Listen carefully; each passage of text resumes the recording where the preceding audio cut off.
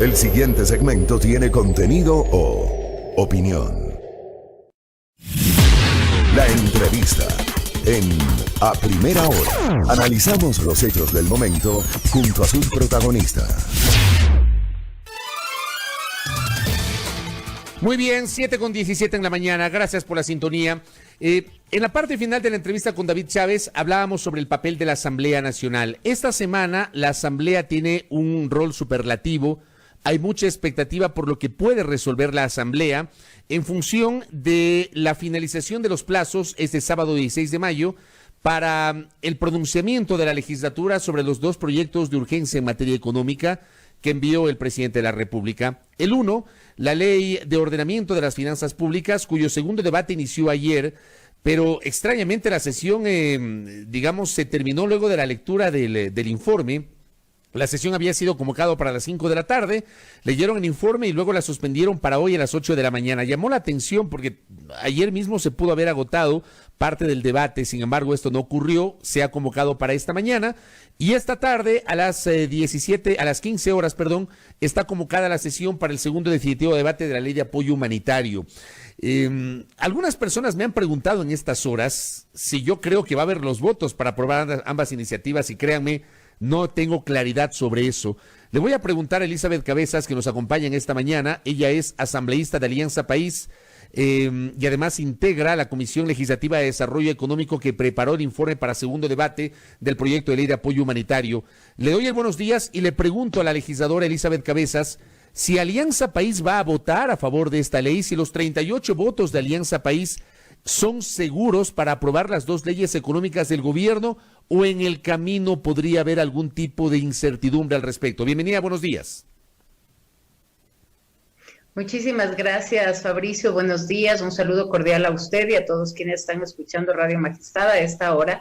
Bueno, creo que usted ha hecho un análisis cortísimo de que la situación no es del todo certera, no solamente yo diría por las preocupaciones y expresiones que ya han manifestado varias bancadas, sino porque todavía los contenidos de la ley son textos que tienen que estar sujetos, y así lo hemos expresado, a algunos ajustes para que estos sean totalmente claros y sean aplicables a los ciudadanos sin ningún tipo de tergiversación.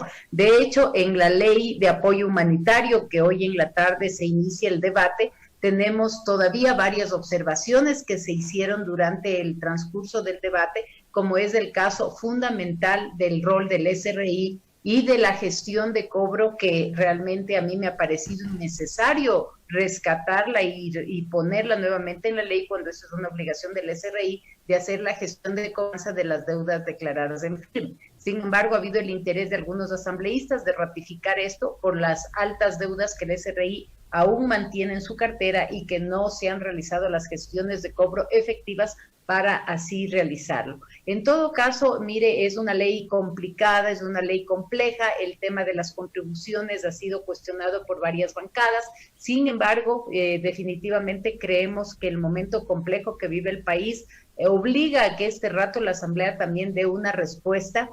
Y en ese sentido, la tabla de contribuciones, que de inicio la base imponible estaba prevista en $500, se ha cambiado para que la base imponible inicie a partir de los $2,500. Con eso ya no son 2.700.000 personas que contribuirían con sus valores de salario, por ínfimos que estos hayan sido previstos, sino sería una afectación a 435.000 personas. Obviamente hay una reducción del monto esperado de recaudación, que de inicio se preveía 900 millones a 547 millones, pero la reducción del nivel en este caso de aportantes en esta contribución se reduce de manera significativa, y adicionalmente se plantea este otro ingreso que compensaría esta reducción, que es el 2% sobre los bienes ubicados en territorio ecuatoriano de propiedad de empresas constituidas en paraísos fiscales. Y eso vale la pena recalcar porque hubo una mala interpretación, maliciosa interpretación, en donde se planteó de que este 2% era para todos los bienes en el Ecuador y obviamente esto alteró y generalizó un pánico en los ciudadanos que no están dispuestos a hacer más pagos y más aportes al Estado. Ahora, esta reducción de la tabla, usted bien lo anota, asambleísta Cabezas, el gobierno había planteado originalmente una base de $500, es decir, quienes ganan a partir de los $500 debían justamente contribuir. En el informe para segundo debate se eleva la base a $2.500. ¿Esto fue consensuado con el Ejecutivo? Es decir, ¿hay un acuerdo con el Frente Económico respecto de esta reconfiguración de la tabla? Mire, se ha conversado con el Ejecutivo, no en todos los puntos se logra tener consensos, porque obviamente la expectativa del Ejecutivo es una recaudación mayor, pero el análisis que se ha hecho es un análisis que me parece bastante racional, en la línea de que efectivamente el número de contribuyentes en el Ecuador se reduciría, pero el monto de recaudación, si bien baja, no es que se afecta de manera significativa.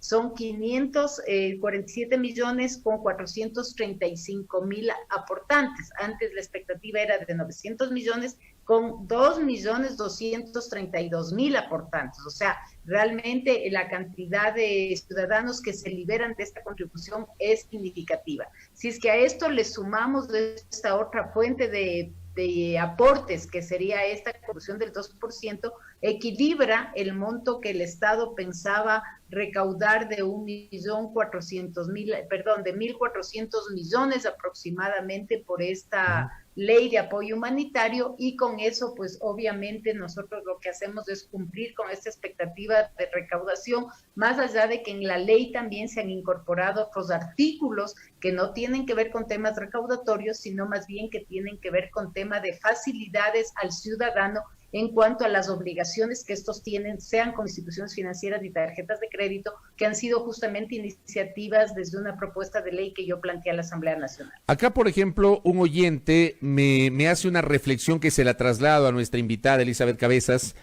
Dice, a ver que se me perdió el mensaje, hablaba justamente de este artículo, el artículo 5 del proyecto de ley, donde han incorporado el tema del 2% que tendrían que pagar aquellas empresas que operan en el Ecuador pero domiciliadas en paraísos fiscales. Dice el oyente, la mayoría de empresas que tienen recursos en paraísos fiscales no tienen a su nombre las propiedades.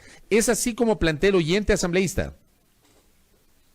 A ver, las propiedades de hecho en el Ecuador tienen que estar registradas a nombre de las empresas constituidas afuera. Es la única manera que es posible que estas hagan sus contribuciones, y eso lo hacen justamente en muchos casos para no contribuir y no pagar impuestos en el Ecuador. El momento en que usted tiene constituida una empresa en paraíso fiscal, las responsabilidades en el país en donde está constituida la empresa, no necesariamente en donde tiene esos bienes. Pero lo que sí queda claro es que no es un tributo ni un impuesto para el 100% de los ecuatorianos.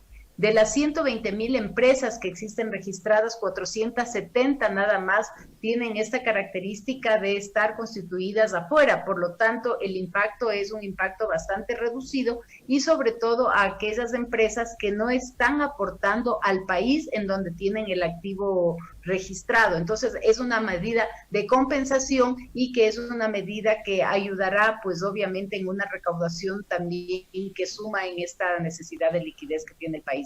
Pero constitucionalmente, porque esto también fue materia del primer debate, hay sectores políticos en la Asamblea que advirtieron que la Asamblea Nacional no puede crear impuestos, que la Constitución establece claramente la facultad de la creación de impuestos al presidente de la República. Y hay quienes asumen que lo que está haciendo la Asamblea Nacional es aprovechando este proyecto de ley para crear un nuevo impuesto por fuera de su facultad constitucional. ¿Está clara esa discusión constitucional? A ver, aquí hay dos posiciones, y parte ha sido el argumento que esgrimió la bancada de Creo cuando no se sumó con el voto al informe que realizó la comisión. Sin embargo, la otra posición es que el momento en que existe ya una propuesta desde el Ejecutivo, que es planteada a la Asamblea Nacional, en la cual existe la generación de tributos, la Asamblea puede añadir, puede reducir, puede sumar la tabla o puede bajarla, dentro de esa propuesta de ley de económico urgente. Entonces, realmente hay las dos posiciones que tienen sus argumentos de defensa que han sido esgrimidos para poder mantener esta propuesta de ley y ser incorporada en este momento en el texto correspondiente. Pero el argumento de ustedes es que sí se puede gravar con el 2% a las empresas domiciliadas en paraísos fiscales, ¿sí se puede? A ver, el argumento nuestro es que el momento en que existe una ley económica urgente de carácter tributario que ha sido enviado a la Asamblea Nacional y que ya genera en varios de sus artículos tributos y contribuciones, como en este caso, la Asamblea puede tranquilamente dentro de ese mismo marco y dentro de ese abanico de opciones añadir, suprimir o modificar los términos y las condiciones de la propuesta que inicialmente fue recibida desde el Ejecutivo. Permítame graficarlo de esta manera e ir a un ejemplo extremo. Vamos a suponer que obviamente el Ejecutivo envió el 16 de abril la ley de apoyo humanitario. Vamos a suponer que la Asamblea quiere elevar el IVA, que no estuvo en la propuesta original. ¿Podrían incorporar una medida así? Digo, me voy a un escenario extremo que no existe, que no es real, simplemente para graficar aquello. ¿Podrían, si ustedes quieren, plantear la elevación del IVA? Mire, lo que nosotros estamos haciendo aquí es efectivamente añadiendo un tributo que no estaba contemplado, pero también modificando las condiciones de las contribuciones que de inicio el Ejecutivo envió. O sea, el caso de incrementar o modificar el IVA podría ser una alternativa que obviamente no le hemos puesto porque es una alternativa general que impactaría a todos los ecuatorianos y que no es una medida fácilmente de decidir solo desde el ámbito legislativo. Pero el análisis que se hizo fue, primero, que la tabla que venía con una base impositiva de $500 y que afectaba a 2.232.000 ecuatorianos sea modificada y que ahora los contribuyentes vayan desde los 2.500 en adelante y solamente sean 435.000 los contribuyentes. Con eso, ¿qué es lo que logramos? Dejar de que contribuyan 1.700.000 ecuatorianos que de todas maneras tienen situaciones económicas más apretadas y que posiblemente sus condiciones de este momento son más complejas. Entonces esa es una medida de modificación de la condición original en beneficio de la ciudadanía. La otra fue incrementar este 2% efectivamente, ¿no es cierto? ¿Por qué? Porque el análisis es de que las empresas que estarían sujetos a este tributo son reducidas versus el universo de empresas que operan en el Ecuador y su contribución puede ser realmente interesante. Y la otra fue modificar también el tributo del 5% que estaba prevista para las empresas que ganen desde $1 millón en adelante. Ahora eso se cambió y será para las empresas que ganen desde 2,5 millones en adelante. Con eso también lo que queremos es reducir el impacto para todas las empresas en el sistema productivo que también se han visto afectadas porque esta crisis, hay que decirlo, afectó a todos en su proporción, a los que más tienen y a los que menos tienen. Hay una pregunta recurrente que nos hacen los internautas, los oyentes, quienes nos miran por televisión también, en el sentido de que la ley de apoyo humanitario no dispone también contribuciones o esfuerzos adicionales del sistema financiero, de la banca. ¿Es así? ¿No hay ningún tipo de contribución de la banca para también arrimar el hombro y poder salir, digamos, avante en esta fase post-COVID-19, asambleísta Cabezas? Efectivamente, Fabricio, nosotros de eso hemos hecho como una crítica y un llamado al sistema financiero. Definitivamente creemos que en este momento es un momento de sumar esfuerzos de todos los lados y el sistema financiero tiene un rol fundamental y es por ello que hemos incorporado varios artículos de la propuesta de ley que yo planteé de facilidades de pago, como es el diferimiento de las obligaciones de crédito, sean préstamos hipotecarios, quirografarios de consumo, con todo el sistema financiero y también obligaciones con las tarjetas de crédito. Este rato los ciudadanos, y esto vamos a coincidir todos, no hemos recibido los sueldos a tiempo, muchos se han quedado sin trabajo, otros han tenido que cerrar sus negocios, otros han reducido sus ventas de manera significativa, por lo tanto hay un efecto de reducción de liquidez en el bolsillo de los ciudadanos que nos impide, y me incluyo porque yo tengo varios préstamos también, ¿no es cierto?, que nos impiden cubrir oportunamente con las obligaciones financieras. Por lo tanto, los bancos este rato deben hacer un esfuerzo y diferirnos de esos pagos, sea al final del préstamo o al final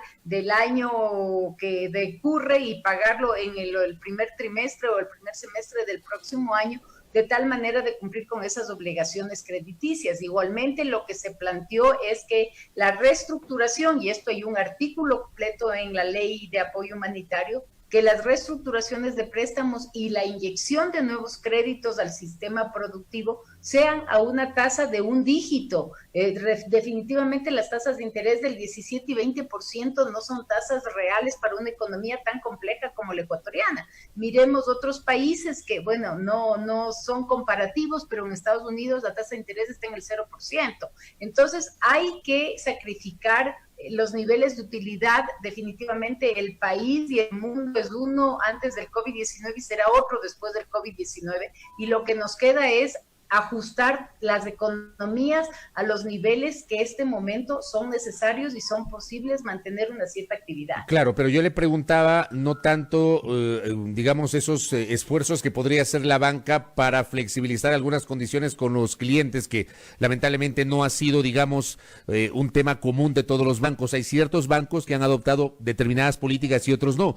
Mi pregunta era, y es, insisto, una pregunta recurrente, sobre las utilidades de la banca, las utilidades extraordinarias de la banca. ¿Se ha pensado en algo? ¿Por qué no se ha hablado de eso, asambleísta Cabezas? A ver, Fabricio, el sistema financiero este momento no es susceptible de que la Asamblea diga bajamos las tasas y las ubicamos en tales niveles. Eso es una potestad de la Junta Bancaria, lo hemos discutido dentro de la Asamblea Nacional, hemos recibido varias comparecencias en ese sentido y realmente hemos escuchado sus preocupaciones, pero sí hemos hecho un llamado para que el sistema bancario y el sistema financiero se ubiquen en niveles reales de, yo diría, de mercado internacional. O sea, definitivamente no podemos seguir con las tasas de 17 y 20% que hace un negocio cada vez más complejo y más difícil. Hemos discutido ampliamente de este tema, sin embargo, lo que sí nos parece que es importante es meterle al sistema financiero a una crisis de este momento, porque eso sería lo último que nos pueda pasar.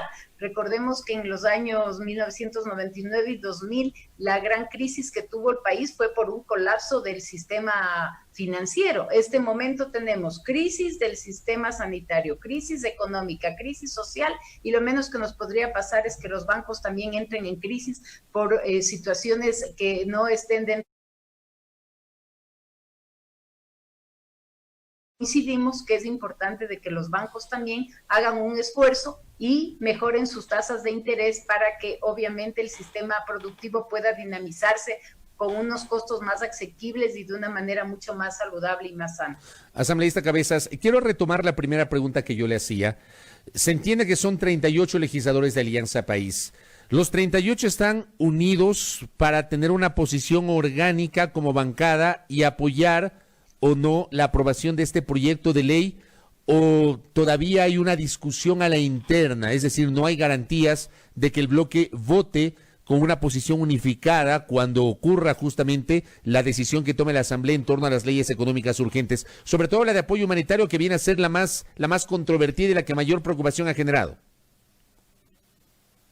Bueno, yo le puedo decir que de las reuniones de bancada que hemos tenido hay todavía inquietudes, pero sin embargo pensamos que estas se van a subsanar y que la van a tener un voto unánime esta línea, entendiendo que es una ley que este momento el país la requiere, que no soluciona los problemas estructurales de la economía ecuatoriana, pero que va a ser un aporte en un momento complejo como el que estamos viviendo. Y usted bien lo ha dicho, esta ley de apoyo humanitario creo que ha sido además mediáticamente la más conversada, la más discutida, pero también hay otra ley que es esta de ordenamiento de las finanzas públicas, que tiene serios cuestionamientos y en el que todavía ahí hemos tenido varios temas de discusión sobre los que tendremos que ir ajustando en estos debates. Definitivamente hay varias observaciones en esa ley porque recoge textos de la ley de económica urgente que fue enviada en noviembre por el por el Ejecutivo y que usted recordará fue archivada por la Asamblea Nacional. Entonces,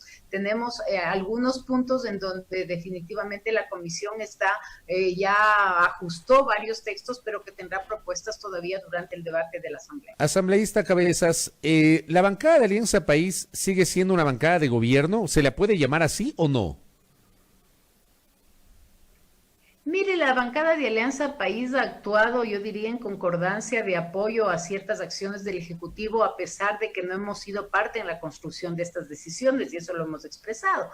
Pero estamos actuando en un afán de responsabilidad con el país, y creo que eso es lo que este momento llama a todos los más allá del rol de ciudadano que podemos tener y que nos puede incomodar este tema de las contribuciones. Yo tengo que entender que este momento tengo un rol de asambleísta y que a pesar de lo difícil de la decisión, debemos entender que la situación del país es compleja. Creo que este momento tenemos que pensar en acciones superiores incluso que las mismas decisiones actuales, como es el tema de precautelar y de que la dolarización se mantenga en el Ecuador. No podemos arriesgar en lo absoluto que este sistema tenga debilidades y que se pongan en riesgo, y por lo tanto hay que asumir las decisiones que en este momento tiene la Asamblea entre manos. Pero hay niveles... La bancada tampoco le quería preguntar, perdón que le interrumpa, ¿hay, digamos, coordinación mínima con el Ejecutivo? O sea, daría la impresión de que el Ejecutivo está por su lado, que no le toma en cuenta la bancada de Alianza País, manda los dos proyectos económicos sin una socialización previa con los legisladores, como que está cada quien por su lado. ¿Eso está ocurriendo, asambleísta? Bueno, de hecho ha ocurrido y penosamente se han dado esas situaciones y nosotros hemos expresado nuestra incomodidad al respecto. Creo que no es solamente un tema de procesarlo con la bancada, en este caso más cercana al Ejecutivo, sino es un tema que por las decisiones que involucran las leyes sí requieren un procesamiento mínimo con todas las bancadas, porque este rato además la posición de la Asamblea obliga a tener consensos generales. Una sola bancada por sí sola no puede aprobar ninguna ley, por lo tanto el procesamiento debería ser con todas las bancadas, inclusive para pulir y tener un consenso que ayude o garantice que las leyes van a tener los votos favorables. De hecho, eso no pasó, y usted ha escuchado, como ha sido público en varios medios, ya las posiciones anticipadas de algunas bancadas que no coinciden con los términos de la ley y que por lo tanto ponen en riesgo en un momento dado que efectivamente estas leyes puedan tener todos los votos necesarios para su aprobación. Correcto. Con esto termino, asambleísta Cabezas. ¿El Ministerio de la Ley es una posibilidad real sobre los dos proyectos económicos, sobre todo sobre la ley de apoyo humanitario? ¿Existe ese escenario?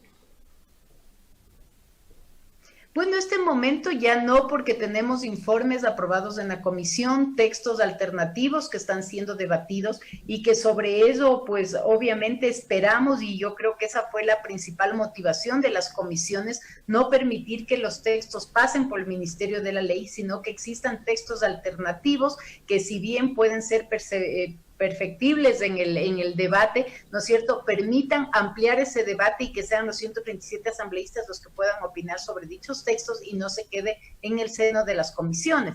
Esa fue la principal motivación que se dio en las comisiones en general, para tener textos que sean aprobados o que sean debatidos en la Asamblea Nacional y que no haya el riesgo de que el texto tal cual como recibido por el Ejecutivo pueda pasar por el Ministerio de la Ley. Creo que lo más importante este rato es dar la palabra a los representantes de la ciudadanía que pueden expresarse y que además hemos tenido la oportunidad de incluir textos favorables al ciudadano que de inicio no fueron incorporados y que no vinieron así de origen. Con esto termino. Una respuesta corta le pido, por favor, porque me llega una pregunta de un oyente, del doctor Santiago Vega, que me pide que le preguntemos a nuestra invitada: ¿por qué no hacen una modificatoria directamente desde la Asamblea para que la Junta Bancaria se acoja a lo estipulado y planteado? ¿Por qué no hay que ser impositivos con la banca, pero sí con los ciudadanos? Es una pregunta de un profesional que habla como ciudadano. Su respuesta, por favor, asambleísta. Fundamentalmente porque la potestad para definir tasas de interés no es de la Asamblea Nacional, sino de la Junta Bancaria. Y nosotros no podríamos obligar por ley a que la Junta Bancaria tome decisiones que este momento las tiene que tomar de acuerdo a sus reglamentos de manera autónoma, sin una ley que obligue a la institución financiera a que se baje o a que suba las tasas o modifique sus planes de trabajo. Correcto. Asambleísta, gracias por el tiempo. Estaremos expectantes de los dos debates el día de hoy, de la Ley de Ordenamiento de Finanzas Públicas en la mañana, de la Ley de Apoyo Humanitario en la tarde. Muchas gracias, buenos días. A usted muchas gracias, buen día. Gracias. Elizabeth Cabezas Guerrero, expresidenta de la Asamblea Nacional, asambleísta de Pichincha, integrante de la Comisión de Desarrollo Económico, hablando sobre el presente y futuro, cree que el escenario del Ministerio de la Ley no es un escenario que podría ocurrir, hablando de la posibilidad de los textos alternativos. Yo en lo personal sí creo que existe ese escenario.